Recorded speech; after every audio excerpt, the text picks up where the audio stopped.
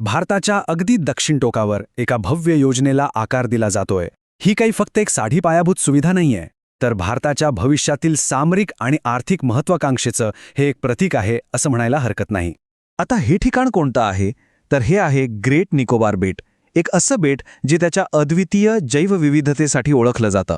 घनदाट जंगलं, दुर्मिळ प्रजाती आणि अगदी आदिम संस्कृती हे सगळं इथे नांदतं. आणि विचार करा, याच नैसर्गिक नंदनवनामध्ये भारत एक महाकाय प्रकल्प साकारतोय.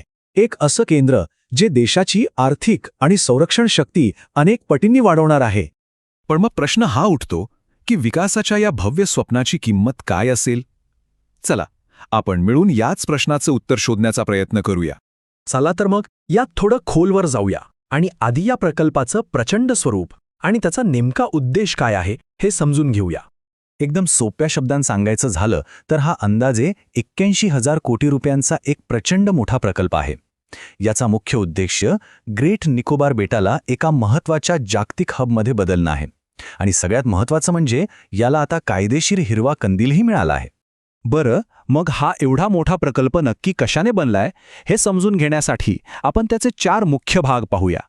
हा संपूर्ण महाप्रकल्प 4 मुख्य स्तंभांवर उभा आहे. यात एक संपूर्ण शहर, एक आंतरराष्ट्रीय विमानतळ, मालवाहू जहाजांसाठी एक मोठं बंदर आणि एक ऊर्जा प्रकल्प यांचा समावेश आहे. हे सगळे घटक बेटाच्या दक्षिणेकडच्या गलाथिया बेजवळच बांधले जाणार आहेत, ज्यामुळे या भागाचा नकाशाच बदलून जाणार आहे. तर पहिला स्तंभ आहे आंतरराष्ट्रीय ट्रान्सशिपमेंट बंदर, जिथे मोठ्या जहाजांमधला माल लहान जहाजांमध्ये हलवला जाईल.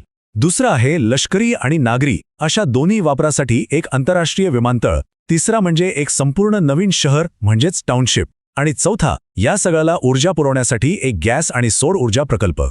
पण मग सगळ्यात मोठा प्रश्न हा आहे की हीच जागा का आणि आत्ताच याची काय गरज होती? या निवडीमागे एक खूप मोठं सामरिक कारण दडलेलं आहे. या सगळ्याचं उत्तर दडलंय ते म्हणजे या बेटाच्या भौगोलिक स्थानामध्ये. ग्रेट निकोबार बेट हे मलक्का सामुद्रधुनीच्या अगदी तोंडाशी आहे. आता मलक्का सामुद्रधुनीला जगाची प्रमुख व्यापारी धमनी का म्हणतात ते या आकड्यांवरून कळेल. विचार करा, जगातील जवळपास 30% वस्तू आणि 33% तेलाचा व्यापार याच अरुंद मार्गावरून होतो. दरवर्षी सुमारे 94,000 जहाजे इथून ये-जा करतात. याचा सरळ अर्थ काय होतो? तर या प्रकल्पामुळे भारताला या अत्यंत महत्त्वाच्या व्यापारी मार्गावर नजर ठेवण्याची आणि आपला प्रभाव वाढवण्याची एक मोठी संधी मिळेल, जे भूराजकीय आणि संरक्षणदृष्ट्या खूपच महत्त्वाचं आहे. पण या सामरिक फायद्याची एक दुसरी बाजूही आहे, आणि ती म्हणजे निसर्गाला मोजावी लागणारी किंमत. आता आपण या प्रकल्पाच्या पर्यावरणीय परिणामांवर एक नजर टाकूया. हा आकडा ऐकूनच धक्का बसेल. या प्रकल्पामुळे सुमारे 10 लाख झाडं तोडली जाणार आहेत. म्हणजेच 130 चौरस किलोमीटरचं घनदाट जंगल कायमचं नष्ट होणार आहे. हे काही साधंसुधं जंगल नाहीये. हे जंगल सुंदर लँड या जागतिक जैवविविधता हॉटस्पॉटचा भाग आहे. म्हणजे इथे अशा दुर्मिळ वनस्पती आणि प्राणी आढळतात जे जगात दुसरीकडे कुठेही नाहीत. धक्कादायक गोष्ट म्हणजे या प्रकल्पासाठी गलाथिया बे वन्यजीव अभयारण्यच रद्द करण्यात आलंय. याचा थेट परिणाम निकोबार मेगापोड नावाच्या दुर्मिळ पक्षाच्या आणि महाकाय लेदरबॅक कासवांच्या घरट्यांवर होणार आहे, कारण त्यांची घरटी याच किनाऱ्यावर आहेत. निसर्गासोबतच या बेटावर जे मूळ रहिवासी आहेत त्यांच्यावर होणाऱ्या गंभीर परिणामांबद्दलही बोलणं खूप गरजेचं आहे. हा बदल किती मोठा असेल हे या आकडेवारीवरून लक्षात येईल. सध्या तिथे फक्त 8,500 लोक राहतात, पण 2050 पर्यंत हाच आकडा 6.5 लाखांपर्यंत पोहोचण्याचा अंदाज आहे. म्हणजे विचार करा, हा किती मोठा लोकसंख्या शास्त्रीय बदल असेल.